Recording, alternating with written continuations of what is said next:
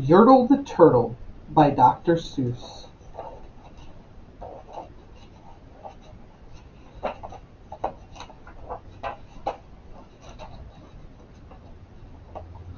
On a faraway island of Salamasand, Yertle the Turtle was king of the pond.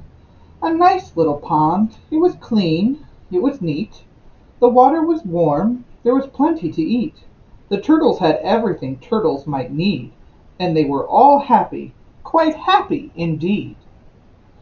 They were, until Yertle, the king of them all, decided the kingdom he ruled was too small. "I'm ruler," said Yertle, "of all that I see, but I don't see enough, that's the trouble with me. With this stone for a throne I look down on my pond, but I cannot look down on the places beyond. This throne that I sit on is too low down. It ought to be higher," he said with a frown. "If I could sit high, how much greater I'd be! What a king, what a ruler I'd be, if I could see!" So Yertle the Turtle lifted his hand, and Yertle the Turtle King gave a command.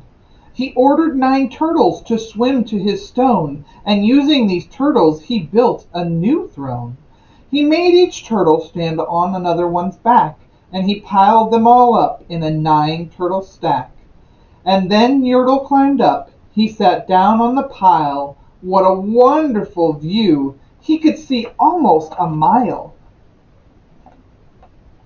"All mine!" Yertle cried.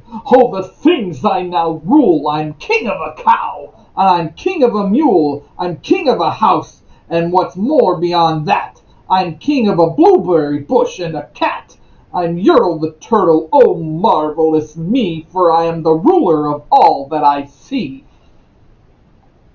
And all through that morning he sat there up high, saying over and over, "A great king am I!"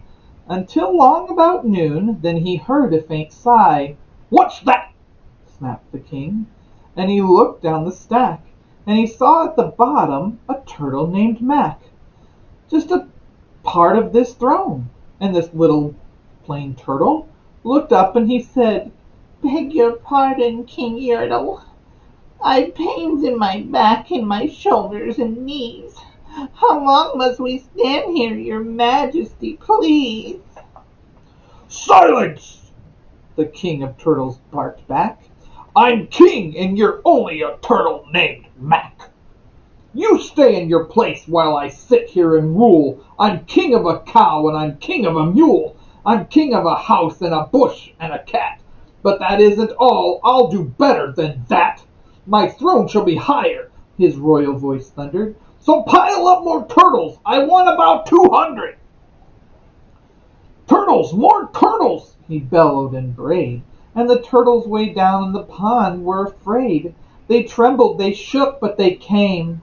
They obeyed. From all over the pond they came swimming by dozens, whole families of turtles with uncles and cousins. And all of them stepped on the head of poor Mac. One after another they climbed up the stack. Then Yertle the Turtle was perched up so high he could see 40 miles from his throne in the sky. "Hooray!" shouted Yertle. "I'm king of the trees, I'm king of the birds, and I'm king of the bees, I'm king of the butterflies, king of the air. Ha ha, me! What a throne, what a wonderful chair! I'm Yertle the Turtle, oh marvelous me, for I am the ruler of all that I see." Then again from below, in the great heavy stack, came a groan from that plain little turtle named Mac. "Your majesty, please.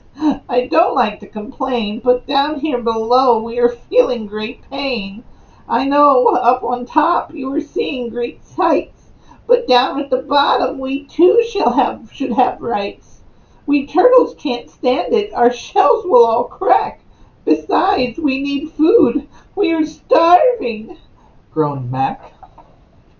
"You hush up your mouth!"